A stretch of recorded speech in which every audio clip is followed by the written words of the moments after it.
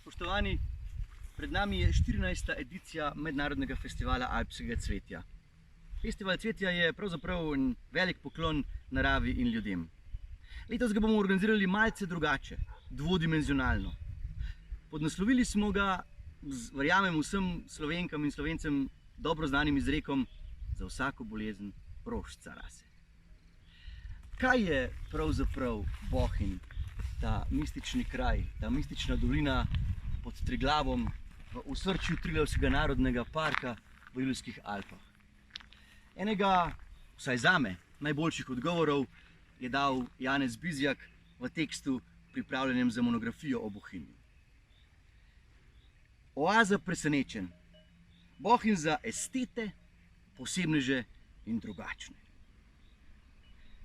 Ne hodite v Bohinj, če iščete velike hotele, cenene menze, zakajene bifeje, kopanje med kričečo množico, vrste na žičnicah in vlečnicah, kolesarsko divjanje čez drn in strn, prehitevanje padalcev, pastelne mozaike parkirane avtomobilske pločevine, zasmeteno jezersko obalo, oglušujoče glasbeno nabijanje za vsakim točilnim pultom, saj mekiča in niča. Drugod v Alpah imajo teh reči veliko več.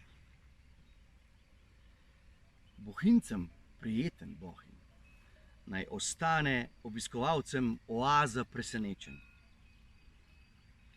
Bohinj ni nakupovalno središče, zgrajeno na degradiranem zemljišču nedovoljenih deponij, ampak v ekskluzivni četrti starodavnega mesta urejena butična galerija izbranega in najdražjega, ki sploh ni naprodaj.